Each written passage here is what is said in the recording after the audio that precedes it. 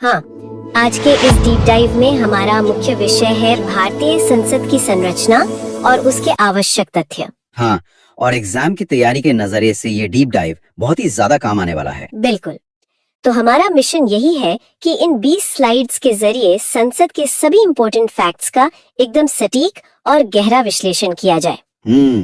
तो बिना वक्त बर्बाद किए सीधा शुरू करते हैं। चलो, अब पहली स्लाइड देखते हैं। इसके बैकग्राउंड में, मेरा मतलब है पृष्ठभूमि में, भारत का नक्शा है, बीच में पुराना संसद भवन है और उससे जुड़े 3 टेक्स्ट बॉक्स है। नीचे एक एमसीक्यू भी दिया गया है। पहले बॉक्स में बताया है कि आर्टिकल 79 के तहत संसद का गठन होता है। इसके 3 अभिन्न अंग हैं, राष्ट्रपति, लोकसभा और राज्यसभा। और तीसरे बॉक्स में लिखा है कि ये संसदीय प्रणाली ब्रिटिश संविधान से ली गई है। यहाँ एक डाउट है, क्या हमारी संसद का मॉडल पूरी तरह से ब्रिटिश है? स्लाइड में सिर्फ इतना दिया है कि संसदीय प्रणाली ब्रिटिश संविधान से ली गई है, इसके आगे कुछ नहीं। नीचे एमसीक्यू दिया है, भारतीय संसद के कितने अंग हैं? सही उत्तर बी 3 हाईलाइट किया गया है। ये पॉइंट एग्जाम के लिए इम्पोर्टेंट लग रहा है। सही कहा, ये काफी इम्पोर्टेंट है।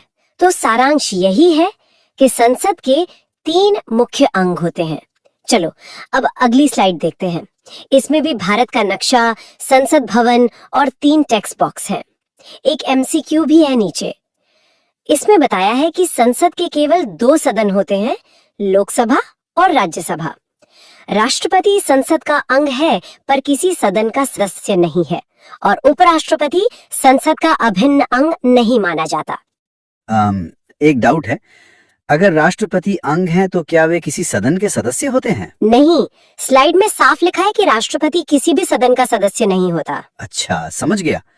यहाँ एमसीक्यू है, इनमें से कौन संसद का अनन्य भाग नहीं है? उत्तर है बी, उपराष्ट्रपति। ये पॉइंट एग्जाम के लिए इम्पोर्टेंट लग रहा है। एकदम अंग और सदन का अंतर बिल्कुल क्लियर होना चाहिए जी। चलो, अब अगली स्लाइड देखते हैं।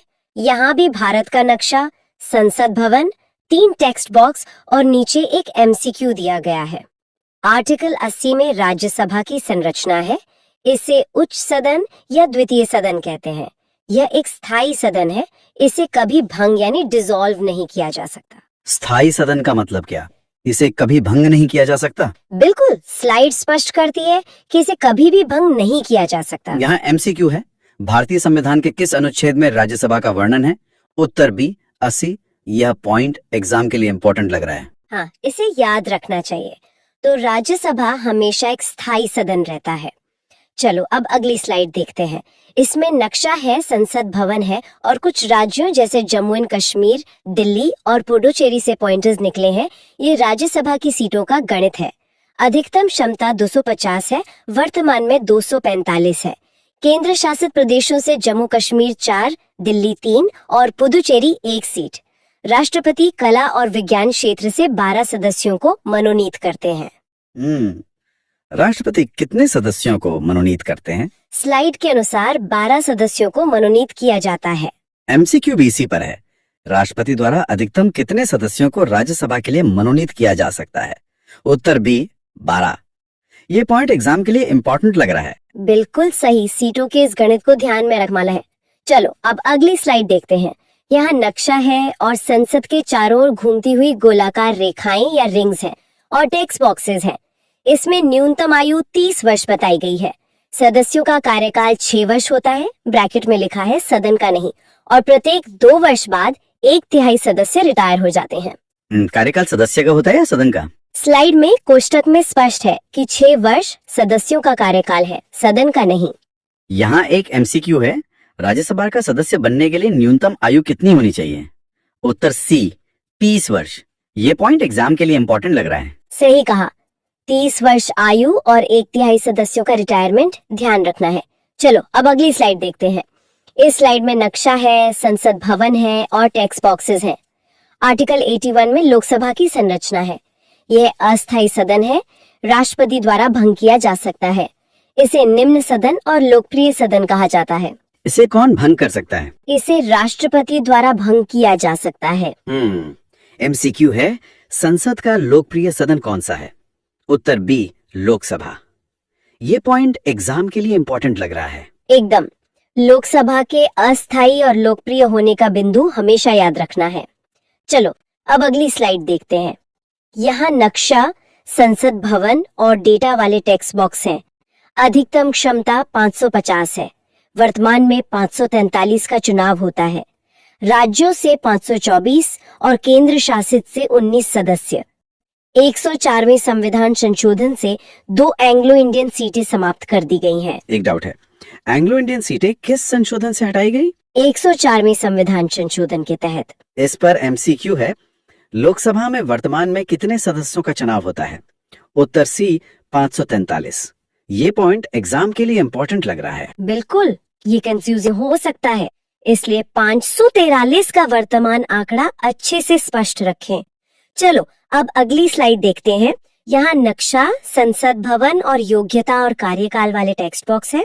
न्यूनतम आयु 25 वर्ष, सामान्य कार्यकाल 5 वर्ष। राष्ट्रीय आपातकाल के दौरान कार्यकाल को 1 वर्ष तक बढ़ाया जा सकता है। अब आपातकाल में कार्यकाल कितना बढ़ सकता है? स्लाइड के अनुसार 1 वर्ष तक बढ़ाया जा सकता है। नीचे एमसीक्यू है, लोकसभा सदस्य का कार्यकाल सामान्यतः कितने वर्ष का होता है? उत्तर बी 5 वर्ष। ये पॉइंट एग्जाम के लिए इम्पोर्टेंट लग रहा है। सही। 25 वर्ष आयु और 5 साल का सामान्य कार्यकाल याद रखना है। चलो अब अगली स्लाइड देखते हैं। इसमें एक ग्रिड बैकग्राउंड पर नक्शा है, संसद भवन और टेक्स्ट बॉक्स है। वर्तमान सीटें 1971 की जनगणना पर आधारित है। कुल 131 सीटें आरक्षित है। 84 SC, 47 ST। ये संख्या वर्ष 2026 तक अपरिवर्तित या फ्रोजन रहेगी। ये सीटें कब तक फिक्स या फ्रोजन रहेंगी? ये वर्ष 2026 तक अपरिवर्तित रहेंगी। एमसीक्यू है, वर्तमान लोकसभा सीटें किस वर्ष की जनगणना पर आधारित हैं? उत्तर ए 1971। ये पॉइंट एग्जाम के लिए इम्पोर्टेंट लग रहा है। हाँ, 1971 का आधार वर्ष और 2026 तक फ्रीज होना बहुत जरूरी परीक्षा बिंदु है। चलो अब अगली स्लाइड देखते हैं। इसमें नक्शा, संसद भवन और पदाधिकारियों को दर्शाने वाले पॉइंटर्स हैं। आर्टिकल 89 के तहत भारत का उपराष्ट्रपति राज्यसभा का पदेन सभापति होता है। सभापति स्वयं राज्यसभा का सदस्य नहीं होता। उपसभापति का चुनाव सदस्य अपने बीच से करते हैं। क्या सभापति राज्यसभा का सदस्य होता है? नहीं, स्लाइड साफ कहती है कि सभापति स्वयं राज्यसभा का सदस्य नहीं होता। यहाँ एमसीक्यू है, राज्यसभा का पदेन सभापति कौन होता है? उत्तर बी उपराष्ट्रपति। ये पॉइंट एग्जाम के लिए इम्पोर्टेंट लग रहा है। बिल्कुल, उपराष्ट्रपति की ये विशेष भूमिका ध्यान रखनी है। चलो अब अगली स्लाइड देखते हैं। यहाँ नक्शा है, संसद भवन है और दोनों तरफ जाते हुए तीर या एरोज बने हैं। लोकसभा अध्यक्ष और उपाध्यक्ष का चुनाव सदस्य अपने बीच से करते हैं। अध्यक्ष को साधारण बहुमत से प्रस्ताव पारित कर हटाया जा सकता है। सदस्य की अयोग्यता पर अंतिम निर्णय लोकसभा स्पीकर का होता है। अध्यक्ष को कैसे हटाया जा सकता है? साधारण बहुमत द्वारा प्रस्ताव पारित करके। एमसीक्यू है, यदि लोकसभा सदस्य अयोग्य घोषित होता है तो अंतिम निर्णय किसका है? उत्तर बी स्पीकर। ये पॉइंट एग्जाम के लिए इम्पोर्टेंट लग रहा है। सही, स्पीकर की शक्ति पर जोर देना जरूरी है। चलो अब अगली स्लाइड देखते हैं। यहाँ नक्शा है, संसद भवन है और उसके ऊपर एक अस्थायी का चित्र बना है, एक बालू घड़ी जैसा। नई लोकसभा में शपथ दिलाने हेतु राष्ट्रपति प्रोटेम स्पीकर नियुक्त करता है। आमतौर पर नई लोकसभा का सबसे वरिष्ठ सदस्य होता है। नए अध्यक्ष का चुनाव होते ही पद स्वतः समाप्त हो जाता है। प्रोटेम स्पीकर का पद कब खत्म होता है? नए अध्यक्ष का चुनाव संपन्न होते ही स्वतः समाप्त हो जाता है। एमसीक्यू दिया है, प्रोटेम स्पीकर की नियुक्ति कौन करता है? उत्तर बी राष्ट्रपति। ये पॉइंट एग्जाम के लिए इम्पोर्टेंट लग रहा है। हाँ, इस पद का पूर्णतः अस्थायी होना एकदम क्लियर होना चाहिए। चलो अब अगली स्लाइड देखते हैं। यहाँ नक्शा, संसद और 3 गोल बॉक्स बने हैं, बॉक्स 1, 2 और 3। बॉक्स 1 के अनुसार 2 सत्रों के बीच अधिकतम 6 महीने का अंतराल हो सकता है। बॉक्स 2 के अनुसार सबसे लंबा और पहला सत्र बजट सत्र होता है और बॉक्स 3 कहता है कि 3 सत्र होते हैं, बजट, मानसून और शीतकालीन। साल का पहला और सबसे लंबा सत्र कौन सा होता है? बॉक्स 2 के अनुसार वो बजट सत्र होता है। एमसीक्यू पढ़ता हूँ, संसद के 2 सत्रों के बीच अधिकतम कितना अंतराल दिया जा सकता है? उत्तर बी 6 महीना। ये पॉइंट एग्जाम के लिए इम्पोर्टेंट लग रहा है। बिल्कुल, 6 महीने के अंतराल वाले नियम का बड़ा महत्व है। चलो अब अगली स्लाइड देखते हैं। यहाँ नक्शा, संसद और 3 बॉक्स हैं जिनमें लाल तीर के निशान हैं। बॉक्स 1 है, स्थगन बैठक को कुछ समय रोकने का अधिकार अध्यक्ष या सभापति का। बॉक्स 2 है सत्रावसान, पूरे सत्र को समाप्त करने का अधिकार राष्ट्रपति का। बॉक्स 3 है विघटन, केवल लोकसभा को समय पूर्व भंग करने का अधिकार राष्ट्रपति का। लोकसभा को भंग या विघटन करने का अधिकार किसके पास है? बॉक्स 3 में साफ लिखा है कि यह अधिकार राष्ट्रपति को है। नीचे एमसीक्यू है, संसद के दोनों सदनों का सत्रावसान कौन करता है? उत्तर ए, राष्ट्रपति। ये पॉइंट एग्जाम के लिए इंपॉर्टेंट लग रहा है। एकदम सही। अध्यक्ष और राष्ट्रपति की शक्तियों का अंतर समेटना जरूरी है। चलो अब अगली स्लाइड देखते हैं। इसमें नक्शा, संसद और जुड़ती हुई चमकीली रेखाएं हैं और 3 बॉक्स हैं। बॉक्स 1 कहता है कि साधारण विधेयक पर विवाद होने पर राष्ट्रपति बुलाते हैं। बॉक्स 2 के अनुसार अध्यक्षता केवल लोकसभा अध्यक्ष करता है। बॉक्स 3 बताता है कि स्वतंत्र भारत में अब तक केवल 3 बार बुलाई गई है। संयुक्त बैठक की अध्यक्षता कौन करता है? बॉक्स 2 के अनुसार केवल लोकसभा अध्यक्ष यानी स्पीकर करता है। यहाँ एमसीक्यू है, साधारण विधेयक पर गतिरोध दूर करने हेतु संयुक्त बैठक कौन बुलाता है? उत्तर ए, राष्ट्रपति। यह पॉइंट एग्जाम के लिए इंपॉर्टेंट लग रहा है। हाँ, बुलाने वाले और अध्यक्षता करने वाले का कंफ्यूजन दूर रखना है। चलो अब अगली स्लाइड देखते हैं। यहाँ नक्शा, संसद, घड़ियों के चित्र और 3 बॉक्स हैं।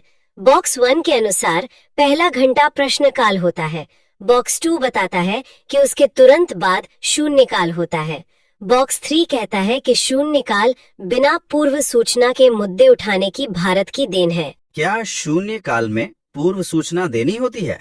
बॉक्स 3 स्पष्ट करता है कि शून्यकाल बिना पूर्व सूचना के मुद्दे उठाने के लिए ही है। नीचे एमसीक्यू दिया है, कौन सी प्रथा संसदीय प्रणाली को भारत की देन है? उत्तर बी, शून्यकाल। ये पॉइंट एग्जाम के लिए इंपॉर्टेंट लग रहा है। सही। शून्यकाल को भारतीय नवाचार के रूप में याद रखना है। चलो अब अगली स्लाइड देखते हैं। इसमें नक्शा, संसद और सुरक्षा ढाल तथा ताले के आइकन हैं और 3 बॉक्स हैं। बॉक्स 1 कहता है 110 सदस्यों की उपस्थिति अनिवार्य है। बॉक्स 2 के अनुसार बिना सूचना 60 दिन अनुपस्थित रहने पर सदस्यता स्वतः समाप्त। बॉक्स 3 में आर्टिकल 105 के विशेषाधिकार व उन्मुक्तियां निर्धारित हैं। कितने दिन बिना बताए अनुपस्थित रहने पर सदस्यता जाती है? बॉक्स 2 के अनुसार 60 दिन अनुपस्थित रहने पर। यहाँ एमसीक्यू है, संसद की कार्रवाई हेतु आवश्यक गणपूर्ति यानी कोरम क्या है? उत्तर सी, 110। ये पॉइंट एग्जाम के लिए इंपॉर्टेंट लग रहा है। एकदम कोरम के बिना कार्रवाई ना चलने के नियम को हाईलाइट रखना है। चलो अब अगली स्लाइड देखते हैं। इसमें नक्शा, संसद, एक पुराने दस्तावेज का आइकॉन और 3 बॉक्स है। बॉक्स 1 कहता है साल के पहले सत्र की शुरुआत अभिभाषण से। बॉक्स 2 के अनुसार नई सरकार के गठन के बाद पहली बैठक में विशेष अभिभाषण। बॉक्स 3 बताता है कि ये अभिभाषण स्वयं मंत्रिमंडल द्वारा तैयार किया जाता है। क्या ये अभिभाषण राष्ट्रपति खुद लिखते हैं? नहीं, बॉक्स 3 के अनुसार ये मंत्रिमंडल द्वारा तैयार किया जाता है। एमसीक्यू है, राष्ट्रपति का अभिभाषण कौन तैयार करता है? उत्तर सी, मंत्रिमंडल। ये पॉइंट एग्जाम के लिए इंपॉर्टेंट लग रहा है। बिल्कुल, ये एक ट्रिकी सवाल है, इसलिए मंत्रिमंडल की भूमिका का सारांश याद रखें। चलो अब अगली स्लाइड देखते हैं। इसमें नक्शा, संसद, एक लाल प्रतिबंध का चिन्ह और 3 बॉक्स है। बॉक्स 1, अटॉर्नी जनरल किसी सदन में बोल सकता है, मतदान नहीं कर सकता। बॉक्स 2, मंत्री किसी सदन में बोल सकता है, वोट केवल मूल सदन में देगा। बॉक्स 3, बिना सांसद रहे 6 महीने तक मंत्री रहा जा सकता है। बिना चुनाव जीते कोई कितने दिन मंत्री रह सकता है? बॉक्स 3 बताता है कि अधिकतम 6 महीने तक। इस पर एमसीक्यू है, कौन संसद के दोनों सदनों में बोल सकता है लेकिन मतदान नहीं कर सकता? उत्तर सी, अटॉर्नी जनरल। ये पॉइंट एग्जाम के लिए इंपॉर्टेंट लग रहा है। हाँ, वोटिंग अधिकारों के सूक्ष्म अंतर को अच्छे से समेटना है। चलो अब अंतिम स्लाइड देखते हैं। इसमें नक्शा, संसद, न्याय की तराजू का आइकन और 3 बॉक्स हैं। बॉक्स 1, संसद की अनुमति बिना संचित निधि से धन नहीं निकाल सकते। बॉक्स 2, संप्रभुत्व न्यायिक समीक्षा द्वारा प्रतिबंधित है। बॉक्स 3, MP लैड्स योजना में प्रत्येक सांसद को 5 करोड़ वार्षिक मिलते हैं। संसद से बिना पूछे सरकार पैसे निकाल सकती है? बॉक्स 1 कहता है कि संसद की अनुमति के बिना संचित निधि से धन नहीं निकाला जा सकता। आखिरी एमसीक्यू है, भारतीय संसद की संप्रभुता किससे प्रतिबंधित है? उत्तर सी, न्यायिक समीक्षा से। ये पॉइंट एग्जाम के लिए इंपॉर्टेंट लग रहा है। बिल्कुल, संसद और न्यायिक समीक्षा के इस नियंत्रण और संतुलन का सिद्धांत बहुत महत्वपूर्ण है। और इसी के साथ इन सभी 20 स्लाइड्स का हमारा ये अध्ययन यहाँ पूरा होता है। सारे फैक्ट्स एकदम क्लियर हो गए। अंत में बस एक विचार छोड़ना चाहूंगी। जरा सोचिए, एक तरफ संसद के पास धन और कानून की शक्ति है, लेकिन दूसरी तरफ न्यायिक समीक्षा उस पर नजर रखती है। यही संतुलन हमारे लोकतंत्र की असली ताकत है। उम्मीद है आगे चल के इन सभी तथ्यों का अच्छे से रिवीजन किया जाएगा। आज के इस डीप डाइव अध्ययन का हम यहीं समापन करते हैं।